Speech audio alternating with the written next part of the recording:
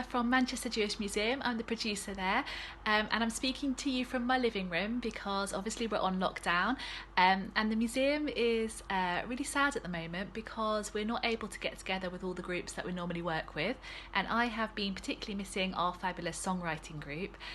So we've decided that we're going to keep the group going, and we're going to try to attempt to write some songs collaboratively so that everybody adds a little bit in their own homes and we put it all together. And the idea is that we'll premiere them at the Cheetham Festival Spring Fling at the end of May. So as usual, we have been inspired by the stories from our oral history collection, and we found some recordings of Jewish people who lived in Cheetham at the beginning of the 20th century talking about their work in Cheetham, talking about working in factories and how they went about their work and the kinds of sounds that they were experiencing. And we've also been talking in our little group about the weirdness that's going on at the moment about working from home or being at home all the time. And so we decided that we would try to write a few different songs. One to give us some motivation in the mornings to get going with work, probably something to sing whilst we're working to keep us going, and then some music to perhaps rewind and relax to at the end of the day, where we're not necessarily going anywhere different but the working day has finished. So we'll see how it goes. This is the first of our vlog entries. We're going to have different people in the group updating about how we're progressing, and I'm really excited to see what happens.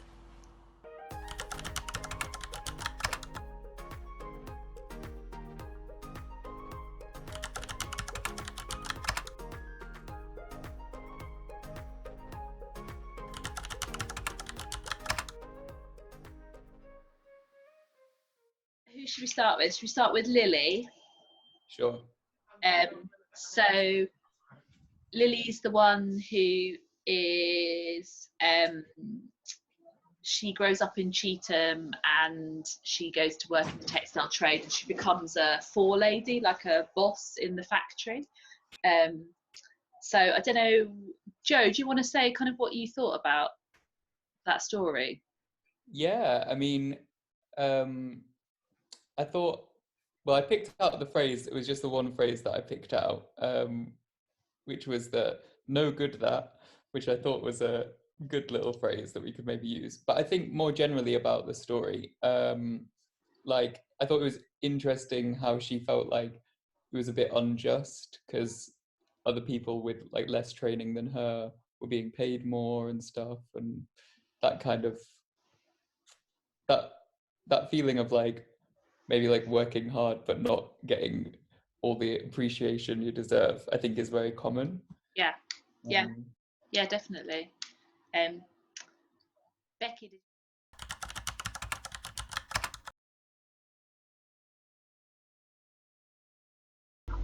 but I always wanted to be above everybody else. I didn't want to be a worker. As long as I'd learnt it, that was enough. So I left and I went to be a forelady. How did you get that job? Well, I went up and I told them I know everything about this. I've been trained at Cohen and Wilkes. So what about, should we go to Martin? Martin is the one whose father is called Charles Ignatius Bobka, and he's the magician and illusionist who comes from Russia, and he meets his mum in Paris, and she's a cigarette roller like Carmen from the opera. So he's got this like really colourful background, and he's the one that talks quite in detail about what they did in the factory, like the cutting and stuff.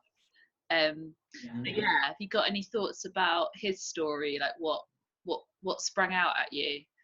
Yeah, well, the again, I kind of picked out like quite short phrases, but I had the phrase the sheer hard labor, which seems like a kind of, if we were making a song like when they're working, it's kind of like a little, it's just again like very straight to the point, like sheer hard labor.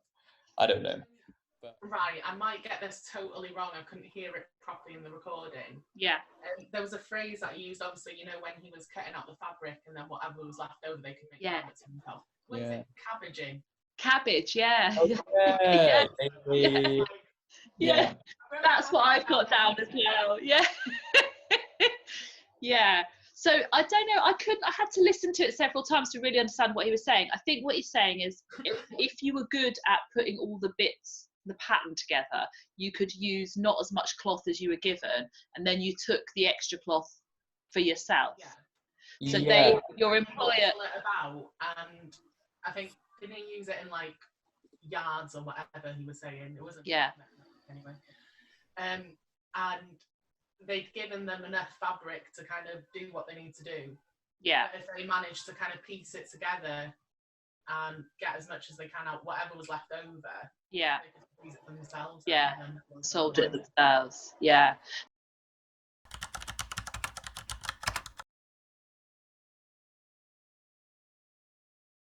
Not cabbages. Well, I'll explain. Supposing the same happened like when that fellow was working for Needham's. Needham's or whichever firm was making it would say, for these garments we're allowing you 2 3/4 yards of cloth for each garment. And then they would have to find a way of getting it out of 2.5 yards of cloth. That's it. And that's how they used to work. It was sheer hard labour for these cutters. Okay, well, let's go to Maurice then. So, what was it that made you connect to Morris? It was that, again, it was very similar to the way I kind of felt like I connected to Ilsa. It was the line, and the line exactly was, things have changed, I know, for the better. I don't necessarily think of work necessarily, but I know it. Obviously, we can link it to work. It's just, again, it's such a beautiful line that shows so much of what they probably had to go through. Mm. Do you think do you think that line might be something that forms the basis of the song that is meant to help you relax at the end of the day? You know, we were talking about like unwinding from work. Maybe it's that line is something, I know things will be better or were better. There's like some kind of hopeful kind of it feels like a quieter line, doesn't it? And the sheer hard work feels quite like loud and rhythmic. This line feels like, I don't know, to me feels quiet. So when you lead out of things, when you get back home, it's kind of that reflection on the day. Yeah. And you know, when I imagine that, you know, I think we all do it. We get home from a day of work and you sit there kind of, you know, you reflect on what you've done. Do you think you've had a good day? And especially when you do think you've had a really good day, you know that, you know, it's a work towards something bigger and better. So I think that's interesting. Yeah, so more on the kind of like personal sense as well. Like you've made a change for the better, and it's that's interesting. I think especially when you do look.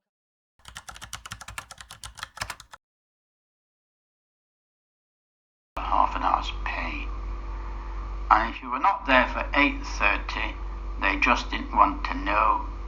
You had to report back in the afternoon and you lost the morning's work.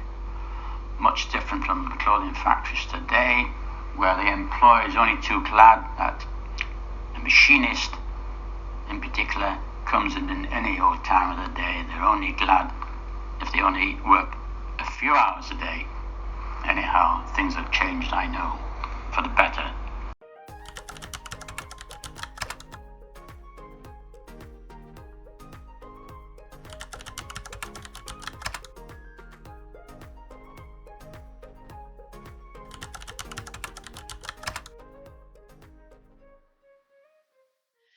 Okay, so Becky and I have come up with some lyrics. So we're thinking for Lily, I've worked all my life. I wanted to work straight away because what else would I do? You have to be very, very quick to earn your money. She had confidence, she had belief, she broke the mold, a very, very lovely machinist. People used to sew, tailors' shops, you know, you had to be very, very quick to earn your money. And something else. Feels like that needs to get repeated. We might have to think about coming up with another verse, like I said, I think I'll give it a good listen through again, and then we'll see what we come up with. Cool. Okay. Do you want to do what you've got down for Martin? So obviously having a bit of a chant going through there with put, pull, mark, fit, layer, find a way, shear, hard, labour. Yeah. And then clever at cutting out patterns, piecing together as much as we can, leftover fabric we took for ourselves, and that's how you make a cabbage. Yay! Got cabbage in there, I'm happy. I think that's going to be my favourite song ever now, actually. Little ringtone, everything. And then with Martin, it's that key phrase, isn't it? Things have changed, I know, for the better, that we maybe will go through 3 different phases. Things will change, things have changed, things have changed, we can do better. Yeah. Think about it. Cool. Okay. So, right, okay, I'm going to stop recording.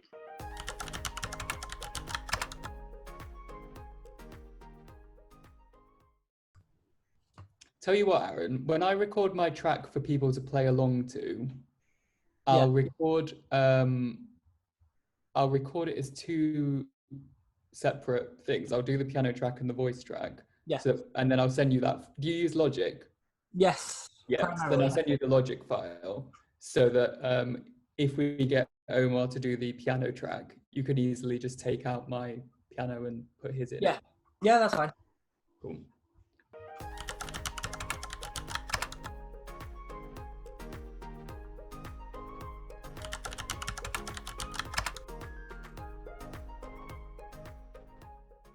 Do you remember her talking about whether it was she used to say there were long hours, and she's always having, you've got an easy job, you sit at a desk. We used to have to work from early hours in the morning till late at night. They used to walk even in the snow and the rain and all sorts. So I think they used to start at like 6 a.m. and then they wouldn't be home till like 7, 8 p.m. Wow. She brought in work from a factory in Cheetham Hill, and he was actually finishing raincoats for a Mr. Cohen. Okay. And when I was reading the story, that the surname was mentioned. Yeah. And I thought, no, it couldn't possibly be still. It might be the same, because it was like really high class raincoats. Yeah. And she would have to do all the finishing was done by hand. It wasn't by machinery. So she brought it home to do it. She worked at home. The manager used to bring the work to my mum, and she would sit right behind me where I'm sat now on a little stool, and it was mountains, seriously, mountains of raincoats. Wow. And it would be a pile of raincoats that she had to do, and she was paid by the item, by the raincoat. Yeah. Literally, she had to do all the finishing work that had to be done by hand. Wow. And she would sit there, and it was like a pile of, the ones, and the pile of the finished item, and it was like 2 mounts of raincoats in our living room. Wow. And so did you used to help her? Yeah, and I remember when I used to finish school after I had my tea, I would sit on the floor, and some of the, the belts that the raincoat would have. Oh, like a trench coat, kind of. Yeah. Yeah. I would have to sit there with a knitting needle and turn them inside out, and so make sure that it's really pointed, the finishing at the end.